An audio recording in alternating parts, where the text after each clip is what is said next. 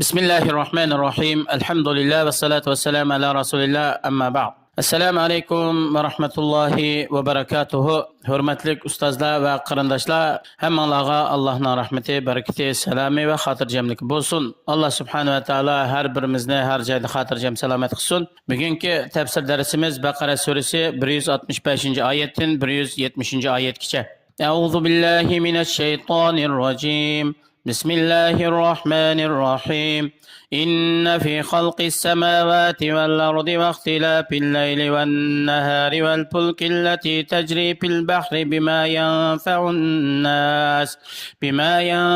الناس وما أنزل الله من السماء من ماء فأحيا به الأرض بعد موتها وبث فيها من كل دابة وتسريف الرياح والسحاب المسخر بين السماء والأرض لآيات لقوم يعقلون. Oyatning qisqacha tarjimasi haqiqatan osmon zaminning yaratilishi va osmon zaminning orasidagi ajoyibotlarning yaratilishida, kech kunduzning bir-biriga agishib almashib turishida va dengizlarda kishilarga foydali bo'lgan, kishilarga ehtiyojli bo'lgan har turli narsalarni tijoratlar bilan, boshqa sabablar bilan elib mengayotgan kemalarda va Alloh subhanahu va taolo qurg'oq zaminlarni tirgizib, ahyo qilib, uningda o't-cho'plarni undirish uchun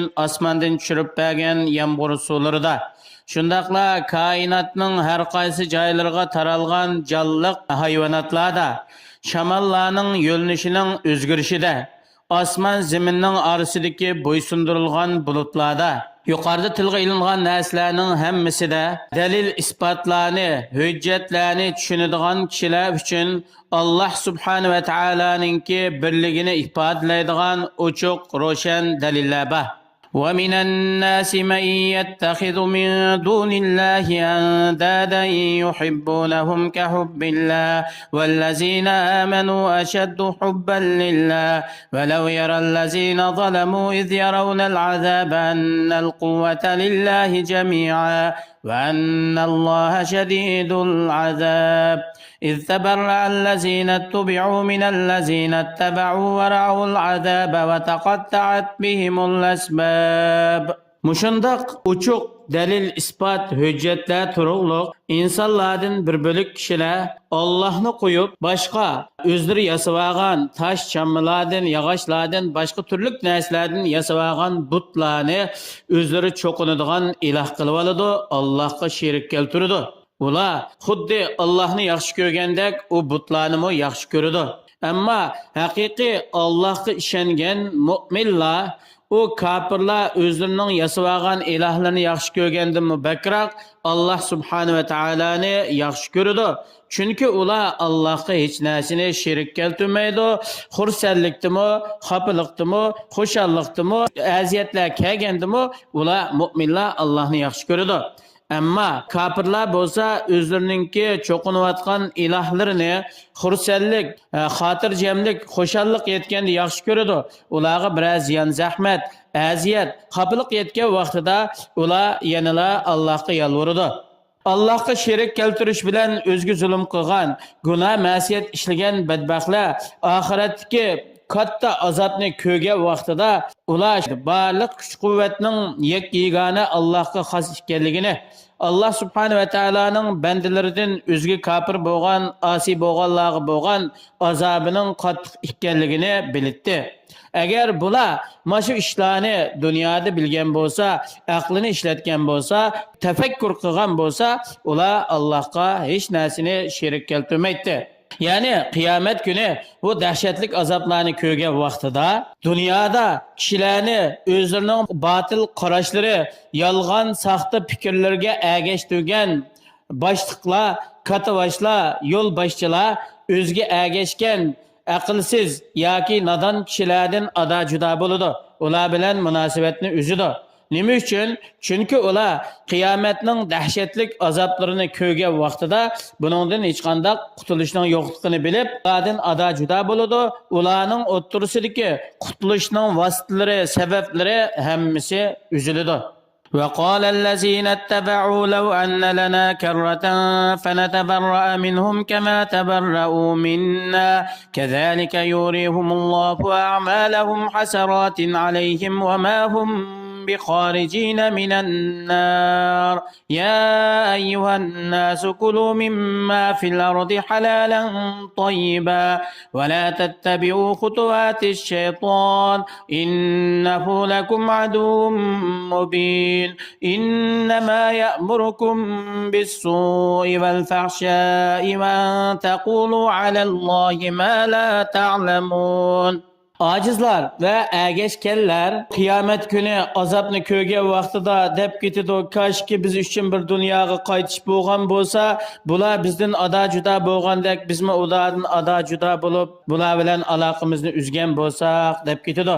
Shundaqla Alloh subhanahu va taolo shu kishilarni dunyoda to'g'ri yo'ldan ozdirib, batil yo'lga ergashtirgan katavashlarga ve şundaqla şu batılga ergişip toğru yoldan izip ketken ergeç kişilergimi ularning hemmisiga kıyamette qattiq azapni Allah ko'rsatdi.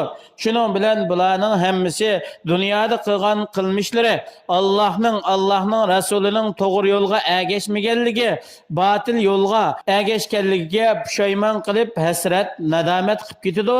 Bu hasrat nadomat ularga foyda bermaydi. Ular do'zaxdan mangu chiqquchi emas, do'zaxda qolib qoladi. Ey insonlar, Alloh sizlarga zaminda halol qilib bergan o'simlik, meva va dal-daraxt, hayvonotlar va sizlar o'zinglar kasb qilgan halol pokiz narsalardan yanglar. Sizlar shaytonning yo'liga ergashmanglar. Shayton sizlarni to'g'ri yo'ldan ozdirib o'tadi. Haqiqatan shayton sizlar uchun ochiq oshkora bir dushman. Unda bo'lgandikin aqlliq bir odamning o'zini ozdirib o'tadigan, o'ziga aziyat yetkazishga erisman bo'lgan bir dushmanga ergishishi hargizmi to'g'ri bo'lmaydi. Haqiqatan o shayton sizlarni gunoh ma'siyatlardan va Allohga sherik keltiradigan cho'ng gunohlarga buyuriydi. Ve sizlarni aqidada, shariat ahkamlarida Allah ve Allah'ın Resulü'den kelgan haqiqatda ilimsiz söz qilishga, turli bo'xton fitnalarni qilishga buyuruydi. Yuqorida o'qilgan oyatlardan ilingan qisqacha foydalar. Birinchisi, Allohga ishongan mu'minlar, bular insonlarning ichida Allohni hammadan bak yaxshi ko'radigan kishilardir. Nima uchun? Chunki ular har qanday holatda, xursandlikda, xafalikda, kangirchilikda, qiyinchilik, musibat yetgan har qanday vaqtida Allah'a itaat qiladi, Allah'ning buyrug'ini o'rindaydi, Allah'a hech qachon bir narsani sherik keltirmaydi. Shundaqla qiyomat kuni insonlarning orasidagi dunyo manfaati bilan qurilgan aloqaning hammasi uziladi. Har qanday do'st o'zining do'stidan ada juda bo'ladi. Har qanday yaqin odam o'zining yaqinidan ada juda bo'ladi. Faqat dunyoda xolis Alloh roziligi uchun Qur'on hadisning ustida to'g'ri aqida, sog'lom fikrning ustiga qurilgan taqvodor do'stlar buning sirtida enondan boshqa dunyo manfaatiga qurilgan do'stlarning hammasi qiyomatda bir-biridan ada juda bo'ladi. Shaytonninki hiyla mikri, turli shakldagi ozdirishi, kishilarni nafsi shahvatlarga ergish uchun qutratqulik qilishi, vasvasa qilishidan doim hazar aylash kerak.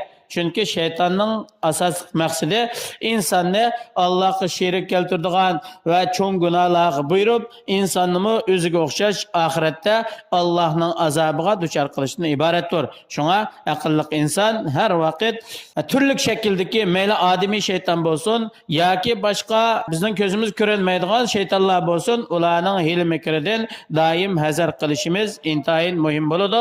Alloh subhanahu va taolo hammalarni to'g'ri yo'lda mustahkam qilsin.